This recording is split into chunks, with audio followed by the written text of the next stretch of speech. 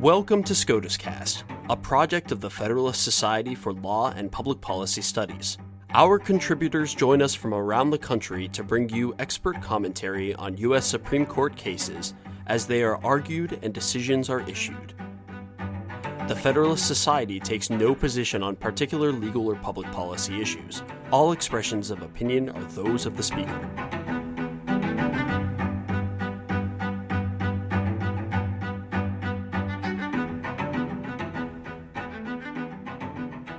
Thank you for joining us for this post-decision episode of SCOTUScast, Product Liability and Maritime Law Edition. I'm your host, Grace Gotchling. On March 19, 2019, the Supreme Court decided Air Liquid Systems Corporation v. Devries, a case addressing the liability of a manufacturer under maritime law for injuries caused when asbestos was incorporated into their product by a third party after sale. The Air Liquid Systems Corporation produced equipment for United States Navy ships. Parts of the equipment required asbestos insulation and asbestos parts in order to function, but the manufacturers delivered the equipment without asbestos and the Navy added it later.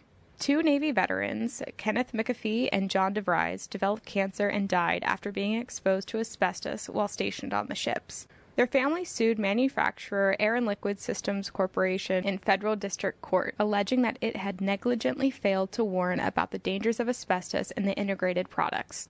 Air Liquid Systems Corporation countered that it should not be held liable for asbestos that was added later by a third party, an argument known as the bare metal defense. The district court ruled in favor of Air Liquid Systems Corporation, but the U.S. Court of Appeals for the Third Circuit vacated that judgment and remanded the case, concluding that a bare metal manufacturer could still be held liable if it was foreseeable that the materials in question would have been used with later added asbestos-containing material. The Supreme Court then granted cert to resolve a split among the circuit courts of appeals on whether the bare metal defense is valid under maritime law.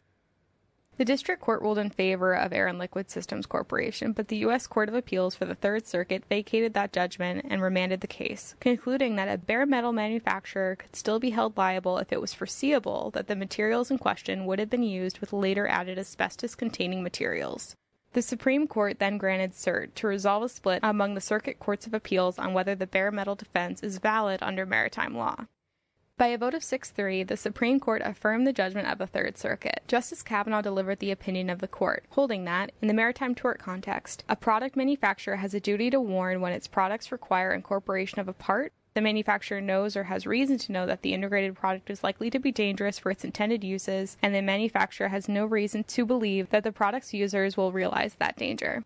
The majority opinion was joined by Chief Justice Roberts and Justices Ginsburg, Breyer, Sotomayor, and Kagan. Justice Gorsuch filed a dissenting opinion in which Justices Thomas and Alito joined.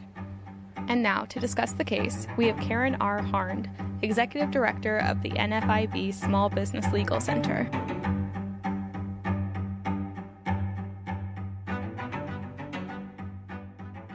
On March 19th, the Supreme Court decided Air Liquid Systems versus Devries, which concerned whether federal maritime law requires a manufacturer of non-asbestos-containing parts, like pumps and turbines and blowers that are used on Navy ships, to warn Navy sailors when it's likely that asbestos will be used with those parts later.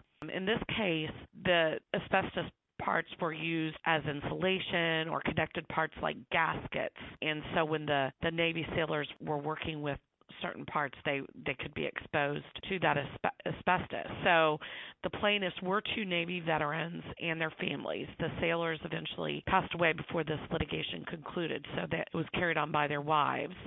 They had developed cancer and died from asbestos exposure. So they originally brought their suit in Pennsylvania State Court. They did not sue the Navy because they believed that the Navy would be found immune from liability. As a practical matter, they could not recover from the manufacturers of the asbestos-containing parts like the insulation, the gaskets, because if you've been following asbestos litigation at all, you know that most, if not all, of these companies have gone bankrupt, so they had no money. So as a result, they sued the manufacturers of the non-asbestos-containing products for failure to warn. And again, these were turbines and blowers and those sort of things, and would come to the Navy as a bare metal product. It had no asbestos on it. So the plaintiffs argued that the manufacturers had a duty to warn these sailors because even though their parts were bare metal, they knew that asbestos would be required by the Navy to be incorporated with their parts to properly function on the boats, on the ships. But the defendants argued that they had no duty to warn because they weren't doing the incorporating. They did not make, distribute, or sell asbestos-containing products. They were selling the bare metal products, and that the Navy was the one having these parts incorporated that were dangerous. So invoking federal maritime jurisdiction, the manufacturers, the defendants, did successfully get the case removed out of Pennsylvania state court to federal court. And the district court granted summary judgment in favor of the manufacturers. But then the Third Circuit turned around, they vacated, they remanded, and argued for the application of a foreseeability test, which I'll cover here in a second. So the Supreme Court voted by 6-3. In an opinion that Justice Kavanaugh wrote, that a product manufacturer does have a duty to warn under certain circumstances, which I'll cover momentarily. Kavanaugh's standard is a new one that was really articulated for the first time in this case, and some are now calling it the required incorporation standard. So when he was going through his opinion, Justice Kavanaugh first outlined basic tort law principles, and I should say he was joined by the liberal wing of the court, Breyer, Sotomayor, Kagan, Ginsburg, as well as Justice Roberts. Justice Gorsuch filed a dissent that was joined by Justices Thomas and Alito. So as he goes through his opinion, Kavanaugh first says his understanding of basic tort law principles, and particularly when it concerns the duty to warn standard and what that means. And he explains that duty to warn imposes a general duty of care, including a duty to warn on a product manufacturer when that manufacturer knows or has reason to know that its product is or is likely to be dangerous for the use of which it is supplied, and that the manufacturer has no reason to believe that the end users, the product's users, are going to realize that danger. And he cites the section 388 of the second restatement of torts.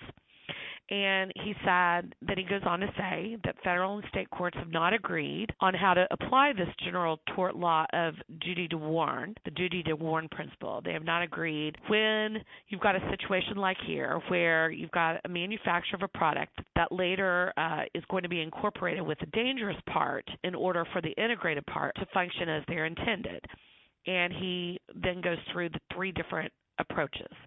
So the first is the foreseeability test, and this is the test that the Third Circuit had adopted in this case. And Kavanaugh does reject this, and his colleagues reject this. And Kavanaugh characterizes it as a very plaintiff-friendly doctrine in which it's very broad, and it imposes a duty to warn on the manufacturer when it was foreseeable that its product's going to be used with another dangerous product or part, even if the manufacturer's product did not require that use or incorporation of that other dangerous part or product. So that's very broad. So even if it's not required to be used with it, you would still have a foreseeability test there, or you'd still have a duty to warn on the part of the manufacturer of the non-dangerous product. So then there's the next defense, which Kavanaugh characterizes as defendant-friendly, and that's known as the bare metal defense. This, not surprisingly, is what the petitioners in this case were asking the court to adopt, because they argued that it was very cut and dry, very easy to apply. And under this defense, a manufacturer would not have a duty to warn for injuries caused by a product it did not manufacture, sell, or distribute, even if its bare metal product requires incorporation of a part that manufacturer knows or has reason to know is likely going to be.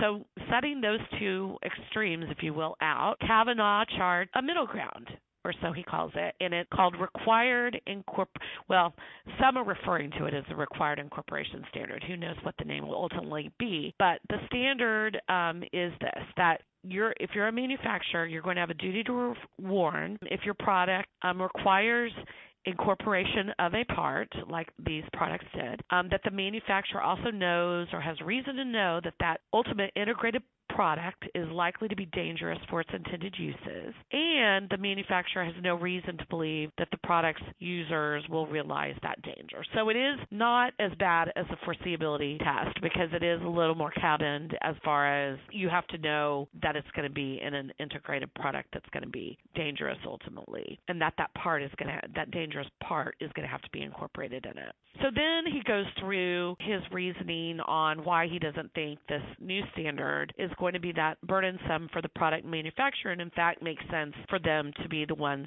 to warn. And he says that the product manufacturer knows the nature of the ultimate integrated product, what it's ultimately going to be, and is typically more aware of the risks associated with that. And he said, in contrast, a parts manufacturer may really only be aware that its part could conceivably be used in any number of ways in any number of products. And a parts manufacturer may not always be aware that it could be used in a way that poses a risk of danger, which I just find curious just in light of the fact that the parts we're talking about here that were dangerous contained asbestos, which I think all of us know is dangerous. And then he does acknowledge that there are costs associated with time and money associated with warnings, but he views it as a relatively light burden, that manufacturers already have a duty to warn on their products, so what's another warning, basically, I think is where he was going with that. And so then he finishes up by making it clear that this rule is tightly cabined. He goes back and says that, there's not just a question of mere foreseeability. It requires, rather, that the manufacturers warn only when their product requires a part in order for the integrated product to function as intended. And then he says, we do not purport to define the proper tort rule outside of the maritime context. I think hoping that means that's all we're going to get, which let's all hope. And so that was his opinion. And then we had Justice Gorsuch, who had a great dissent, and I have to say it was refreshingly brief opinions on both sides. Gorsuch starts out and says, everybody agrees that people who actually supplied asbestos have to warn.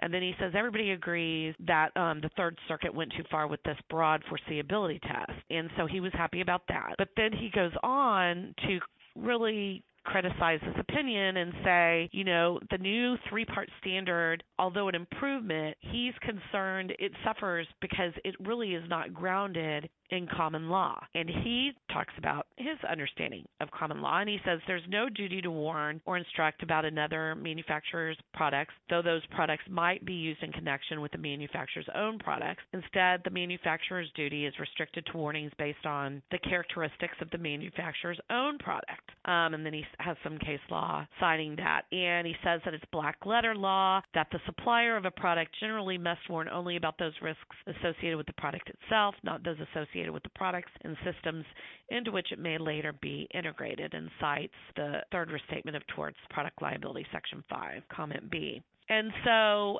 he also says that when it comes to warnings, the common sense rule really should be the manufacturer of the product is the best to understand and warn users about its risks.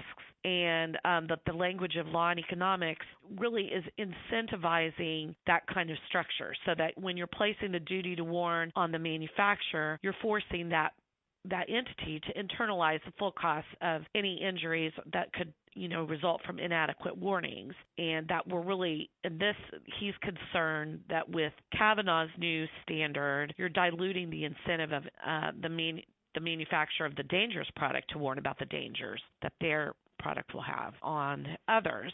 Then he has some interesting examples, colorful examples, and he said that the traditional common law rule better accords with consumer expectations. And he says, look at a home chef who buys a butcher's knife. You may expect to read warnings about the danger of knives, but you're not going to expect to see dangers of undercooked meat. Or, somebody that buys gasoline may expect to see warnings at the pump about its flammability, but not necessarily the dangers about reckless driving. And he goes on to say that the traditional tort rule has another virtue, and that's that it's simple to apply, which was something that the petitioners had said a lot in their argument before the court, both in the briefings and in the courtroom. Really, with that, he goes on to just provide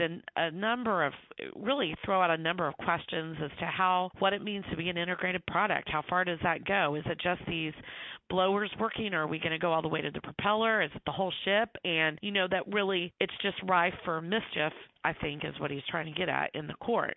He also is worried. He said it's great that we're saying it only applies in maritime, but if this goes beyond maritime, what kind of things could follow from that? Would a company that sells smartphone cases have to warn about the risk of exposure to cell phone radiation? Or a car maker have to warn about the risk of improperly stored antifreeze? And then he talks about, as a practical matter, what could this all mean? Just, higher prices. That when we effectively require manufacturers of safe products to subsidize those who make more dangerous items, we're promising to raise the price and restrict the output of socially productive products. Tort law is supposed to be about aligning liability with responsibility, not mandating a social insurance policy in which everyone must pay for everyone else's mistakes. So it was a really good opinion, I thought, as far as dissent, but sadly it was the dissent. But so that really was the case. It'll be interesting to see how this is applied moving forward.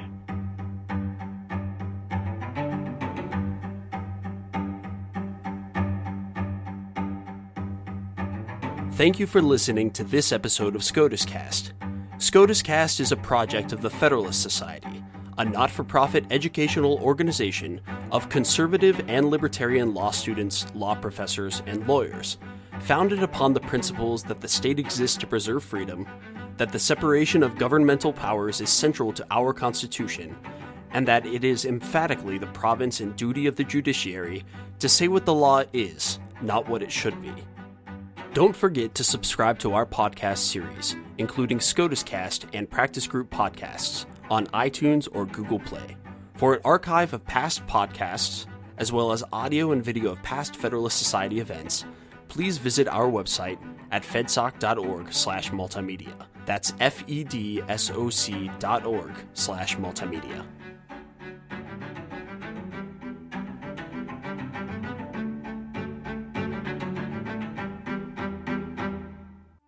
This has been a FedSoc audio production.